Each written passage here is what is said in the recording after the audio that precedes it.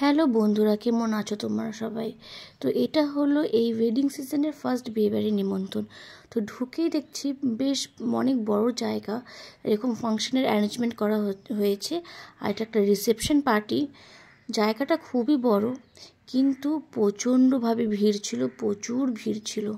তো এখানে অনেক রকমের স্টলস দেওয়া হয়েছিল, দহি বড়া, ফুচকা, এরকম ওপেন জায়গা ছিল। দূরে যে ভিড় দেখতে পাচ্ছেন ওগুলো হলো বুফে। আমি কিন্তু একটাও কোনো মেন কোর্সের ফটো দিতে পারিনি, প্রচুর ভিড় ছিল, প্রচুর ভিড় ছিল। তো এখানে যখন আমরা স্টার্টার্সগুলো নিয়েছি তখন এখানে আরও স্টার্টার্স ছিল, যেরকম বেবিকর্ন ছিল, তারপরে রেশমি কাবাব ছিল, শিক কাবাব ছিল, কিন্তু আমি কিছুরও ফটো নিতে পারিনি কেন কি প্রচণ্ডভাবে ভিড় ছিল। তো এখানে এরকম বুফে অ্যারেঞ্জমেন্ট করা হয়েছে, সিটিংয়ের অ্যারেঞ্জমেন্ট ছিল, দুটো জায়গাতে প্রচণ্ড ভিড় ছিল। আর ভিড় হবে না কেন পরে জানতে পেরেছি, প্রায় 3,000 লোক নিমন্ত্রিত ছিল। তো প্রচণ্ডভাবে ভিড় ছিল।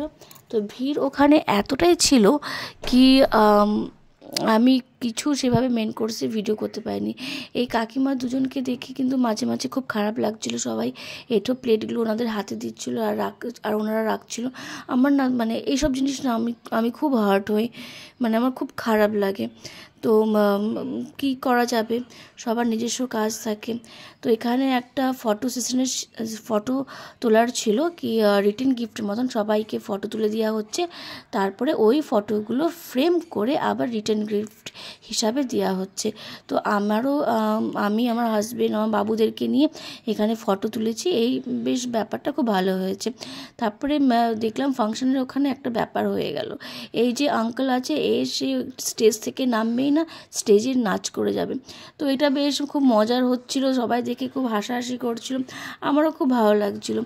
আর মেন কোর্সে আমি আবার থেকে বলছি, মেন কোর্সে কিছুই আমি ভিডিও নিতে পারিনি, প্রচণ্ডভাবে ভিড় ছিল। এই হলো একটা ছোট্ট ব্লগ।